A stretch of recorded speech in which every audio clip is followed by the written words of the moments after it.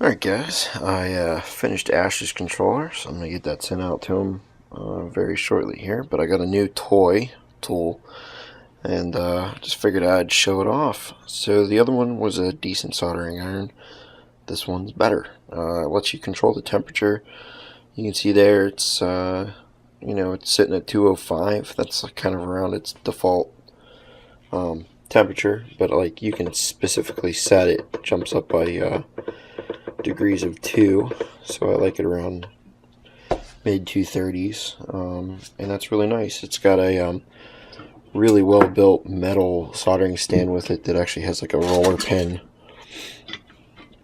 that you can stick wire or roll solder on, but I just kind of prefer to keep those separate, so I don't know, I might stick something else there. But I figured while we were here I would get my phone hooked up in my little rig that I built for filming with a cell phone here, and we would go over how to solder thin solid core wires, because that's kind of what I recommend for the controller mods, is this wire wrapping wire. So I figured I'd not only show off the new tools, but we do something functional too. So I've already got one side of it done. We're going to do the other side. So just give me a moment while I get this put in the mount. Alright, so that wire wrapping wire here, super thin, and it's got a solid core. So when you strip it, you'll see, I don't even know if this will get into focus or not, but it's a really thin wire. So what you want to do is just kind of make a loop out of the top of it to make it almost look like the eye of a needle. And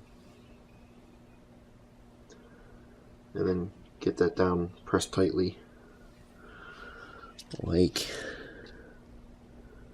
that, so that it's over on itself. So what'll happen is the solder will fill in the gap that you just made in that little hole, and then gives it something to latch onto. So otherwise the solder just doesn't have anything to kind of grip onto whenever you are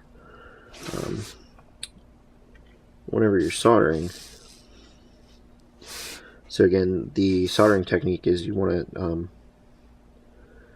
tin your iron, which mine was probably pre-tinned, because I always leave a little glob of solder on the tip of my pen when I'm done when I put it away. And so you heat the wire, or underneath the wire, and then you introduce the solder to the top of it so that it draws the solder down through it. And so now you can probably see that shows up a lot more clearly on the camera there. But it's just a nice little glob of solder. So then you can use the other side of the helping hands. Wait for my soldering iron to come back up to temp, which is another nice thing about having that display. And this part's pretty easy. You just apply heat, and the solder will just come right together. It's such a nice soldering iron. If you're going to be doing these, plan on like mucking around with more than just this, it's a good purchase for about 50-60 bucks. And then there you have it.